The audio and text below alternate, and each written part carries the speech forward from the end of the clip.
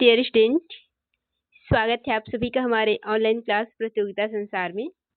आज का हमारा अध्ययन विषय है ज्योग्राफी प्रैक्टिकल और इसमें हम अध्ययन करेंगे MA geography second semester practical का यूनिट फर्स्ट है मैप प्रोजेक्शन।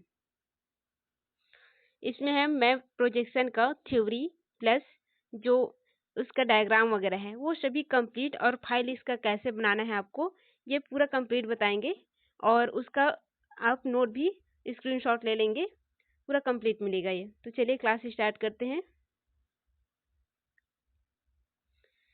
सबसे पहले आपको लिखना है मानचित्र प्रक्षेप का अर्थ।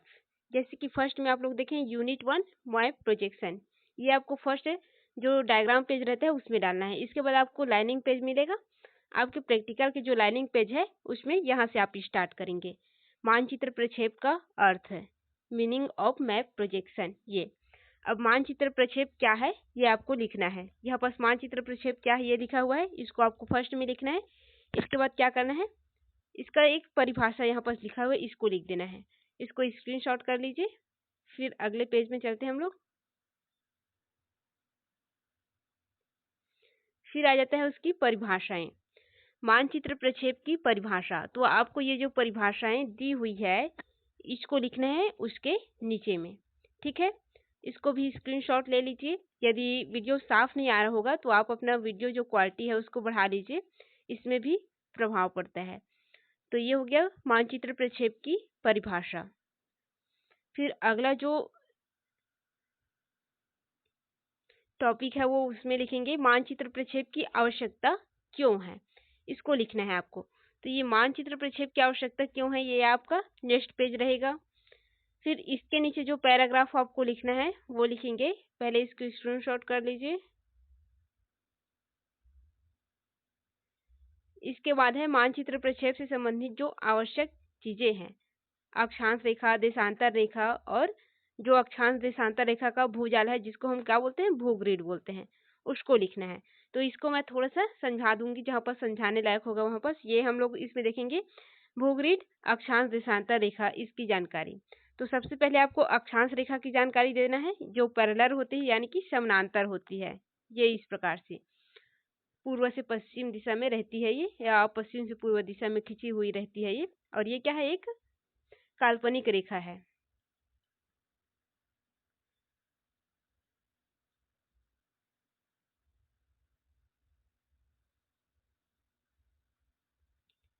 फिर इसमें क्या बनता है, एक बृहद वृत्त भी बनता है जिसको हम लोग भूमध्य रेखा बोलते हैं, जो अक्षांश रेखा है उसमें। तो इसको भी उसमें लिखना जरूरी होता है, तो इसको भी लिख देंगे।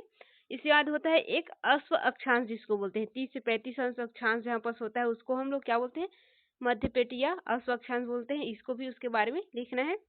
फिर इसके नीचे आपको लिखना है देशांतर रेखा का। देशांतर रेखा का नीचे स्लाइड में है, उसको स्क्रीनशॉट कर लीजिए आप पहले। ये है देशांतर रेखा का, इसको स्क्रीनशॉट कीजिए।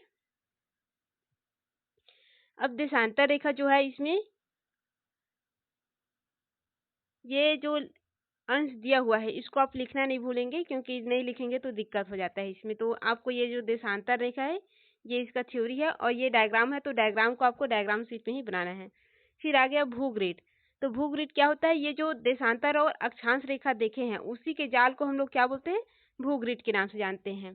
तो ये हो गया आपका भूग्रिड। फिर अगला जो स्लाइड लगेगा इसका वो है मानचित्र प्रक्षेप के प्रकार। अब मानचित्र प्रक्षेप का जो प्रकार है उसको देख लेते हैं। मानचित्र प्रक्षेप को अलग अलग आधार पर अलग अलग वर्गों में बांटा गया है। वो कौन कौन से है ये इसका अध्ययन कर लेते हैं। पहला है प्रकाश के प्रयोग के आधार पर। इसमें क्या किया जाता है, प्रकाश को जो प्रक्षेप होता है उसके सेंटर में क्या किया जाता है, प्रक्षेपित करके जो मानचित्र तैयार करते हैं वो होता है मानचित्र प्रकाश के आधार पर मानचित्र प्रक्षेप। और फिर क्या होता है, रचना विधि के अनुसार हम लोग अलग अलग प्रकार के क्या करते हैं, मानचित्र प्रक्षेप तैयार करते हैं। शंकु आकार हो जाता है, कभी कभी बेलनाकार, खमध्य, रूढ़ प्रक्षेप, इस प्रकार से।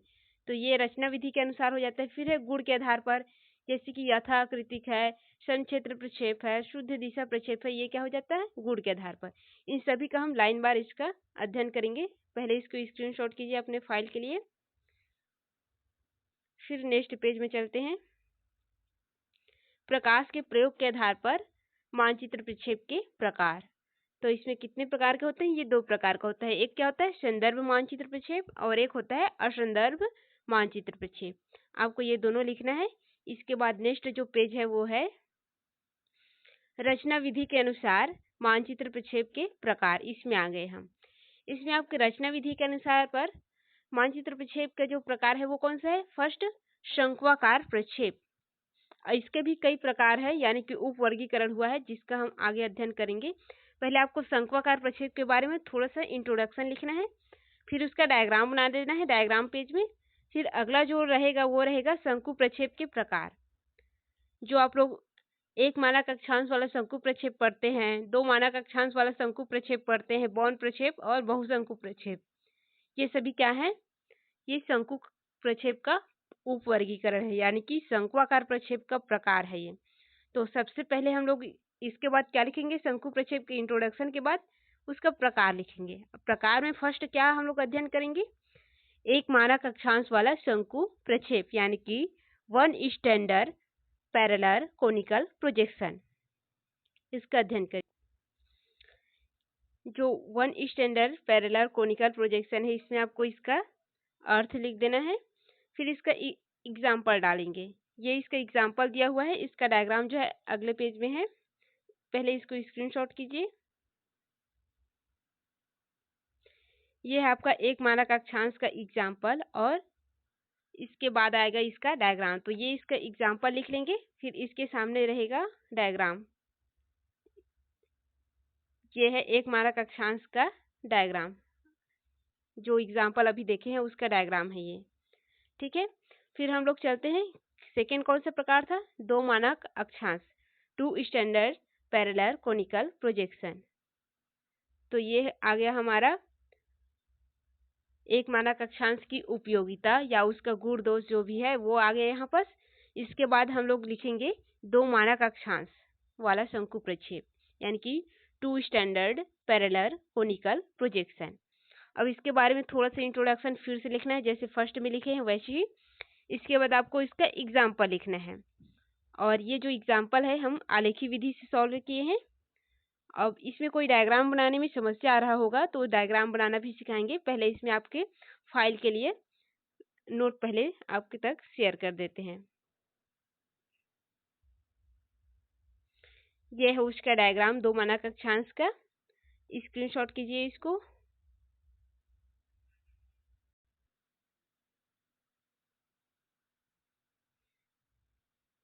इसके बाद है 2 मानक अक्षांश का उपयोग। फिर तीसरा जो दिया था वो था बौन प्रक्षेप दिया था। ये भी क्या है? शंकु प्रक्षेप का तीसरा प्रकार है। अब बौन प्रक्षेप के बारे में आपको थोड़ा सा इंट्रोडक्शन लिखना है, इसके बाद उसका एग्जाम्पल लिखना है, और एग्जाम्पल लिखने के बाद उसका क्या करना है? आपको डायग्राम बनाना है। तो ये है बौन प्रक्षेप का डायग्राम। बौन प्रक्षेप के डायग्राम के बाद आपका चौथा प्रकार क्या है शंकु प्रक्षेप का? बहुशंकु प्रक्षेप, यानी कि पॉलीसाइलेंड्रिकल प्रोजेक्शन बोलते हैं इसको। चलिए इसको भी देखते हैं। यह है बहुशंकु प्रक्षेप, पॉलीसाइलेंड्रिकल कोनिकल प्रोजेक्शन बोलते हैं इसको, या पॉलीकोनिकल प्रोजेक्शन भी बोलते हैं। इसका ये जो दिया है ये जनरल इंट्रोडक्शन लिखना है आपको फर्स्ट में, फिर इसका एग्जाम्पल यहाँ तक के लिख लीजिए, फिर इसका जो डायग्राम है अगले शीट में है। ये इसका डायग्राम है, ये फर्स्ट स्लाइड में लगा हुआ था। ये यहाँ तक के इसका डायग्राम है, और ये इसका उपयोग है, किस क्षेत्र में इसका उपयोग किया जाता है। इसके बाद अगला जो है वो है बेलनाकार प्रक्षेप। हम लोग फर्स्ट क्या देखे थे? रचना के आधार पर शंकु प्रक्षेप देखे थे। अब ये सेकेंड कौन सा हो गया? रचना के आधार पर सेकेंड प्रकार जो है वो बेलनाकार प्रक्षेप है। हम लोग शंकु प्रक्षेप का ही प्रकार अभी देख रहे थे। अब हम अध्ययन करेंगे रचना के आधार पर जो बेलनाकार प्रक्षेप होता है उसका अध्ययन। तो इसका जनरल इंट्रोडक्शन लिखेंगे सबसे पहले, और बेलनाकार प्रक्षेप का मानचित्र बना देंगे। ये हो गया। इसके बाद आगे हम लोग लिखेंगे बेलनाकार प्रक्षेप के प्रकार। तो जैसे शंकु प्रक्षेप का हम प्रकार देखे हैं, वैसे ही बेलनाकार प्रक्षेप का भी अलग अलग वर्गीकरण हुआ है, जिसमें फर्स्ट क्या है? यथार्थ, जिसको हम लोग क्या बोलते हैं? संदर्भ बेलनाकार प्रक्षेप बोलते हैं। फिर क्या है, सामान्य समदूरस्थ बेलनाकार प्रक्षेप, जिसकी दूरी समान समान रहती है ना। फिर है बेलनाकार समक्षेत्र प्रक्षेप, ये हो गया। फिर क्या देखेंगे, मर्केटर या बेलनाकार यथाकृतिक प्रक्षेप। फिर गाल या त्रिविम प्रक्षेप बोलते हैं इसको। तो इसमें फर्स्ट हम लोग अध्ययन करेंगे फर्स्ट प्रकार यानी कि संदर्श बेलनाकार प्रक्षेप। तो संदर्श बेलनाकार प्रक्षेप का पहले जनरल इंट्रोडक्शन लिख लेना, फिर इसका एग्जाम्पल लिखना। आगे नेक्स्ट पेज में है, ये है उसका डायग्राम। एग्जाम्पल के बाद उसका डायग्राम बना देंगे। संदर्भ जो संदर्श प्रक्षेप है उसका, सॉरी बेलनाकार प्रक्षेप है उसका। इसके बाद क्या है, नेक्स्ट पेज ये है। अब उसका उपयोग आपको लिख देना है यहाँ पर, जो अभी आप देखे हैं उसी का उपयोग है ये। फिर सेकेंड हमारा प्रकार क्या है, समदूरस्थ बेलनाकार प्रक्षेप। ये इसका इंट्रोडक्शन लिखा हुआ यहाँ तक कि ये इसका एग्जाम्पल है। एग्जाम्पल को थोड़ा ध्यान से लिखेंगे। ये फर्स्ट है उसका सॉल्व है, ये सेकेंड सॉल्व है, ये तीसरा सॉल्व है उसका, ठीक। फिर आगे इसका डायग्राम लगा हुआ है, ये समदूरस्थ बेलनाकार प्रक्षेप का डायग्राम। ये जो ये गणितीय मेथड है फर्स्ट में ही मिल गया आपको, ये आपको डायग्राम है। फिर नेक्स्ट जो है वो क्या है, बेलनाकार समक्षेत्र प्रक्षेप, तीसरा प्रकार है।